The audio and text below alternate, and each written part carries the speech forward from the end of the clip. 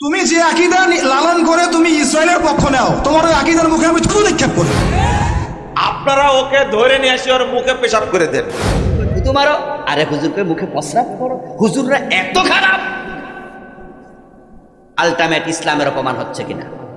কথা বলতে হবে, ইসলামের অপমান হচ্ছে কিনা?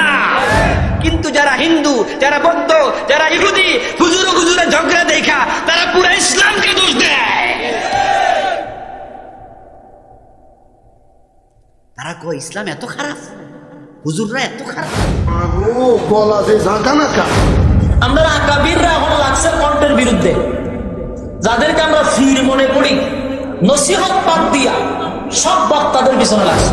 আজকে যে বেয়াদবি দেখেছি মুস্তাকুর নবী হাফিজাহুল্লাহ শানে হিন্দুদের হবিগঞ্জেরই এক কন্টেন্ট, যে নিচে আলেমও না মাওলানাও না, সাধারণ একজন কারি সাহেব। এর মধ্যে একটা বিতর্কিত বক্তা আছে, বক্তার কাজই হলো মানুষের মধ্যে ফেতনা সৃষ্টি করা। এ খালি খার দিয়ে খারা লাগাইবো, এই চিন্তা থাকে। সংযত হন প্লিজ, সংযত হন প্লিজ, সংযত হন প্লিজ। সমালোচনা হোক উত্তম ভাবে, সমালোচনা হোক উত্তম ভাবে। আদ-দীন ওয়ান নাসিহা, আদ-দীন ওয়ান নাসিহা, আদ-দীন ওয়ান নাসিহা। ইসলাম তো আলেম ওলামাদেরকে দিয়া, হুজুরদেরকে দিয়া। এক হুজুর আরেক হুজুরের বিরুদ্ধে যদি এইভাবে গালিগালাজ, এইভাবে কাফের ফতুয়া, এইভাবে নেকেড শব্দ দিয়া একজন আরেকজনকে আল্লাহ আল্লাহ আল্লাহ। আমি ওলামাই হযরতকে বলবো, বিনয়ের সাথে বলবো, ওলামাদের কিছু কিছু ব্যাপার আছে যেগুলো পাবলিকের কাছে বলা ঠিক না। ইদানিং দেখি ভিডিও খুললে, ফেসবুক খুললে এক হুজুর আরেক হুজুর বিরুদ্ধে গালিগালাজ পর্যন্ত করতেছে। এমন ভাবে পাবলিকলি একজন আরেকজনকে হেয় করতেছে। এতে করে রেজাল্ট কি হচ্ছে জানেন? রেজাল্ট হচ্ছে এরকম, এটা তো হিন্দুরাও দেখে। হিন্দুরা দেখে না? হিন্দুরা তখন কয় ইসলাম এত খারাপ। এই যে আমি আজকে সেজদার বিরুদ্ধে বলতেছি যে পীরকে সেজদা দেয়া যাবে না, আগামীকালকে যদি আপনাদের পাশের গ্রামে কোনো মাহফিল হয়, সেখানে কোনো বন্ড পীরের মুরিদ আসে বক্তা হিসাবে, উনি এসে যদি বলে যে না পীরকে সেজদা করা যাবে, তাহলে আপনারা যারা আছেন আপনারা কিন্তু ইসলামকে দোষ দেবেন না। এখানে বন্ড পীরের মুরিদরা বলবে যে আবুল কালাম আজাদ বোঝে না। আজকে আমি যারা বলছি যে ভণ্ড পীরের মুরিদরা সেজদা করে, আমরা কিন্তু এটা বলি না যে পীর সাহেব ইসলাম দোষী, আমরাও বলি তারা বোঝে না। কারণ আপনি ইসলামকে ভালোবাসেন, আমিও ইসলামকে ভালোবাসি। তাই আমাদের আলোচনা যদি হয় তাহলে আমরা ব্যক্তিকে দোষ দেই, ইসলামকে দোষ দেই না। কিন্তু যারা হিন্দু, যারা বৌদ্ধ, যারা ইহুদি হুজুরে ঝগড়া দেখা তারা পুরো ইসলামকে দোষ দেয়। তারা কয় ইসলাম এত খারাপ, হুজুররা এত খারাপ। আচ্ছা, ইসলামের কি আলাদা কোনো বডি আছে? ইসলাম তো আলেম ওলামাদেরকে দিয়া, হুজুরদেরকে দিয়া। এক হুজুর আরেক হুজুরের বিরুদ্ধে যদি এইভাবে গালিগালাজ, এইভাবে কাফের ফতুয়া, এইভাবে নেকেড শব্দ দিয়া একজন আরেকজনকে আল্লাহ আল্লাহ আল্লাহ। কয়দিন আগে একজন বক্তা কি বলল? একজন বক্তা বলল আমাদের দেশের কিছু আলেম যারা সহি আকীদার দোহাই দিয়া ইসরায়েলের পক্ষে কথা বলে, তাদের এই সহি আকীদা, সহি মানহাজে আমরা থুতু মারি। একজন বক্তা বললেন যে তুমি সহি আকীদার কথা বলবা, আবার তুমি ইসরায়েলের পক্ষে যাইবা, তা তোমার সহি আকীদার আমার দরকার নাই। ইসরায়েলের পক্ষে থাকলে কিসের সহি আকীদা? তো উনি ওনার অভিব্যক্তিটা প্রকাশ করলো যে তোমার এমন আকীদায় থুতু মারি। আচ্ছা, তার কয়দিন পরে এখন আরেক বক্তার কাছে এবার এই জাতীয় সহি আকীদার যে ভাই আছে উনারা চিঠি লিখল যে অমুক বক্তা বলেছে ইসরায়েলের পক্ষে যদি কথা বলো তো তোমার সহি আকীদার থুতু মারি। ওই বক্তা মাহফিলে বলে দিল, তাহলে নাম ধইরা ওরে ডাইকে আনেন, আইনা ওর মুখের মাঝে ফসরা করে। এবার যারা ইউটিউবার আছে, ইউটিউবাররা দোনো হুজুরের কথা কাইটা একটা বানাইছে। কথা বুঝতে পারছেন? এই যে যারা ইউটিউব করতেছে, ওরা কি করলো যে ওরা ভিউ বাড়াইতে হইব, তো এজন্য ওরা বুদ্ধি করে কি করলো, ওই প্রথম হুজুর যে বলছে থুতু মারি তার বক্তৃতা 2 মিনিট আনলো, আবার যে হুজুর কইছে এর মুখে প্রস্রাব বেরা দাও ও হুজুরের বক্তৃতা 2 মিনিট আনলো, আইনা একসাথ করে দিল, দিয়ে তারা ইউটিউবে ছেড়ে দিল। এখন এটা কি হিন্দু বৌদ্ধের কাছে যাবে না? থুতু মারো, আরে হুজুরকে মুখে প্রস্রাব করো, হুজুররা এত খারাপ। আলটিমেট ইসলামের অপমান হচ্ছে কিনা? কথা বলতে হবে, ইসলামের অপমান হচ্ছে কিনা? সংযত হন প্লিজ, সংযত হন প্লিজ, সংযত হন প্লিজ। সমালোচনা হোক উত্তম ভাবে, সমালোচনা হোক উত্তম ভাবে। আদ-দীন ওয়ান নাসিহা, আদ-দীন ওয়ান নাসিহা, আদ-দীন ওয়ান নাসিহা। মুহাম্মাদুর রাসূলুল্লাহ ওয়াল্লাযীনা মা'হু আশিদ্দাউ আলাল কুফফারি রুহামাউ বাইনাহুম। আল্লাহ চরিত্র বলে দিল, নবী মুহাম্মদ এবং তার সাহাবাদের চরিত্র কি ছিল শোনাও। রাসূলুল্লাহ সাল্লাল্লাহু আলাইহি ওয়াসাল্লাম এবং সাহাবায়ে কেরাম রাদিয়াল্লাহু তাআলা আনহুমের চরিত্র হলো তারা মুসলমানের ব্যাপারে বড় দয়ার সাগর ছিল, কাফেরদের ব্যাপারে কঠোর ছিল। এখন তোমরা আলেমেরা মুসলমানের বিরুদ্ধে কঠোর হও। একজন আলেমের মুখে আরেকজন আলেম প্রস্রাব করতে কেমনে কয়?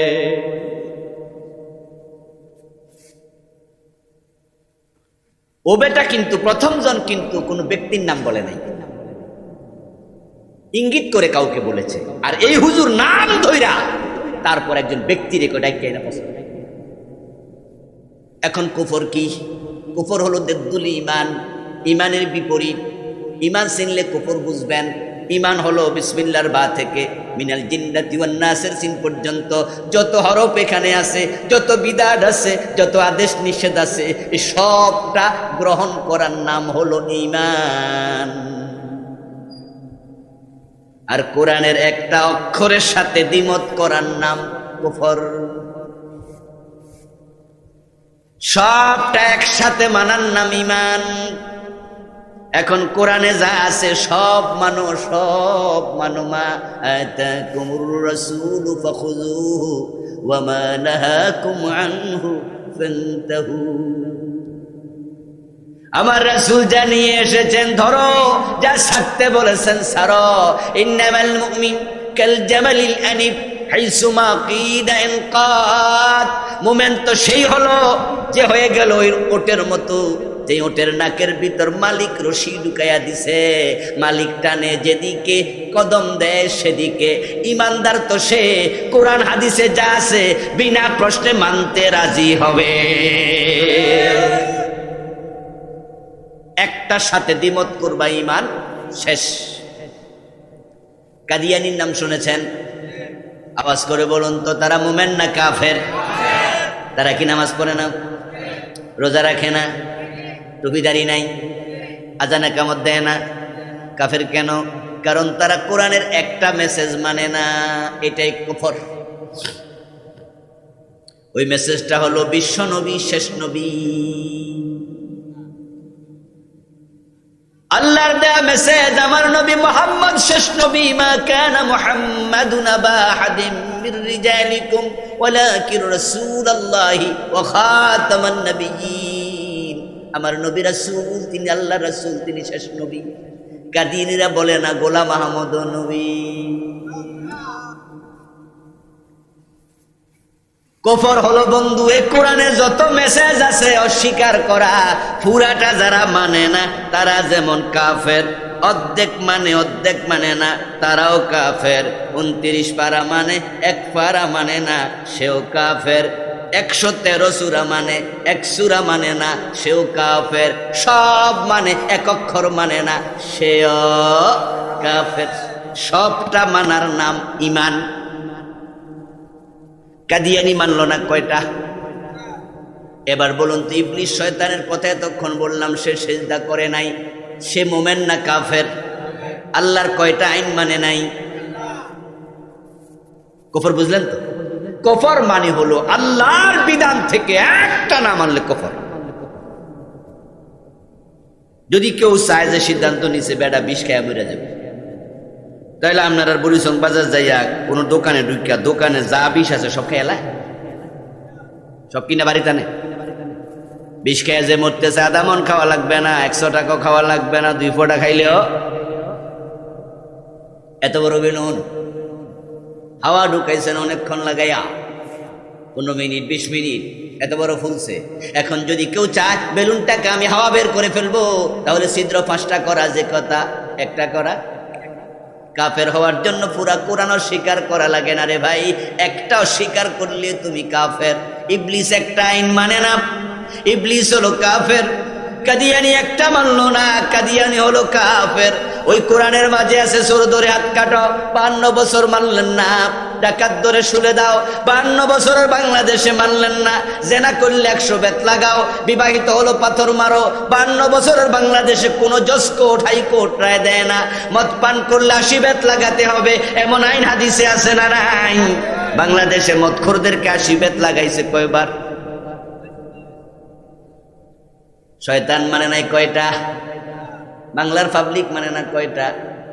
তো শয়তান যদি কুফরি করে বাংলার লোকেরা করল কি?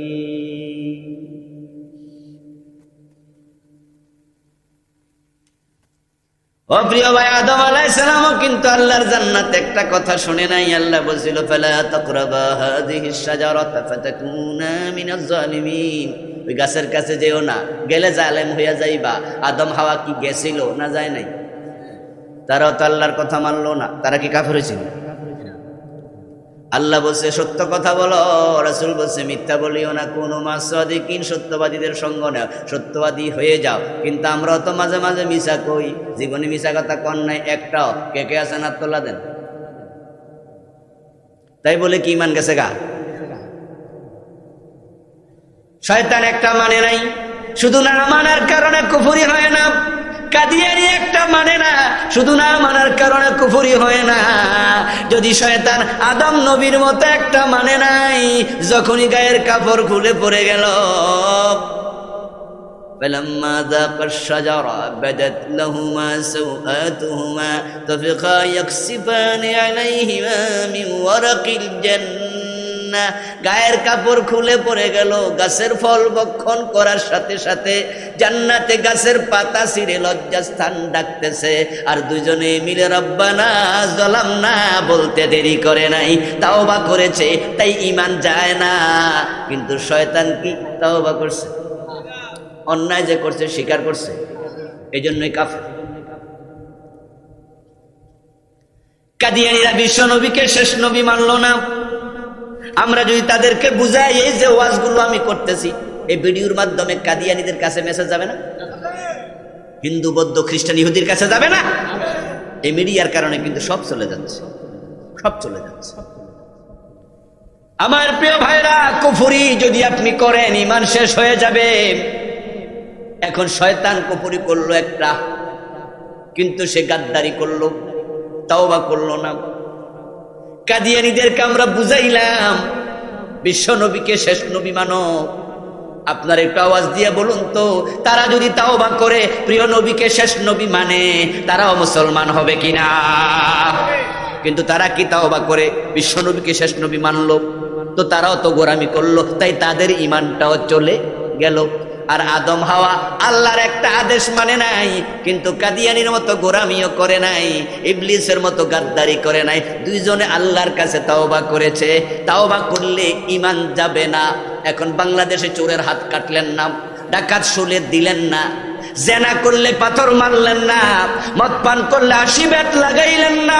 আল্লাহ বলছে আলাহুল খালকু ওয়াল আমরু, সাবধান সৃষ্টি যার, আইন মানবা শুধু তার।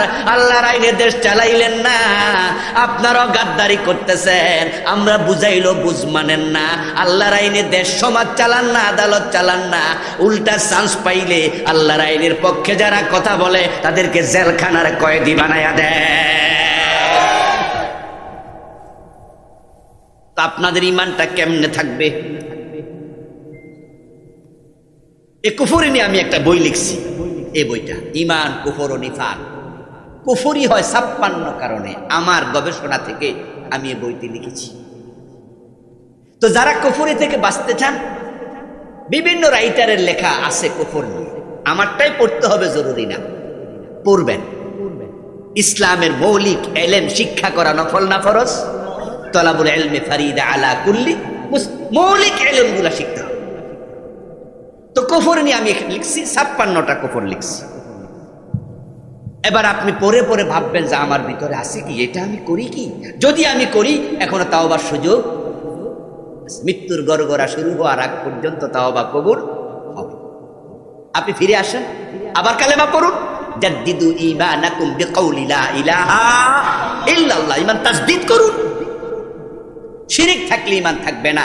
শিরিক নিয়ে বইটা লিখেছি, ছোট্ট বই, অনেক আগে লিখেছি। ইতোমধ্যে 15তম এডিশন শেষ হলো, 2017-তে লিখেছি মনে হয়। এই 5 বছরে 15 বার ছাপাইছি, আলহামদুলিল্লাহ। অসংখ্য গিয়েছে।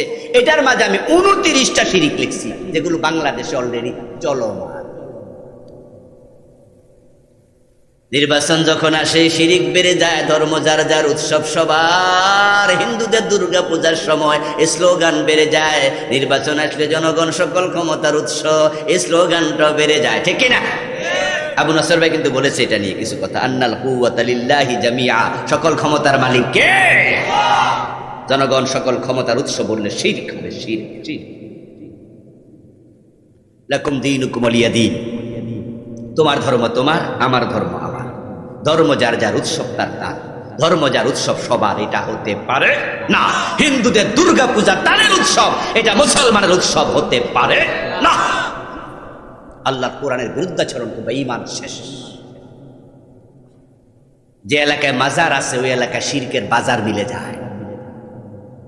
মাজারে মানত করা শিরিক, মাজারের নামে কসম করা শিরিক, মাজারে গিয়ে চাওয়া শিরিক, মাজারে সেজদা দেয়া শিরিক। হক্কানি ফির আর বেহক্কানি ফির নাই, মাজার আসলেই শিরিক। কারণ যেখানে সেজদা দেয় না, যেখানে কেউ চায় না, সেখানেও ঠিকই মোমবাতি মানত করে। মাজার ফাইলে মহিলারা বিশেষ করে বলে যে মুরগির ঠ্যাং ভাঙ্গা গেছে, তো পেঁচে পইরা মুরগির গেছে ঠ্যাং ভাঙ্গা। ওই মহিলা কয়ে দিছে, হ্যাঁ মুরগির ঠ্যাং যদি বালা হয়, ল্যাংটা পীরের মাজারে 10টা মোমবাতি। শাহজালাল রহমতুল্লাহ আলাই হক্কানি ফির না? কথা বলেন। শাহপরান কি হক্কানি ফির না? আমার সব সাক্ষী, শাহপরান রহমতুল্লাহ আলাই মাজারে সেজদা চলছে, আমি নিজে দেখেছি, সেজদা দিয়েছি। আর শাহজালালের মাজারে গিয়ে দেখবেন যে মোমবাতির দোকান কারে কয়, ওরি বাবা লাইন দুধ আছে।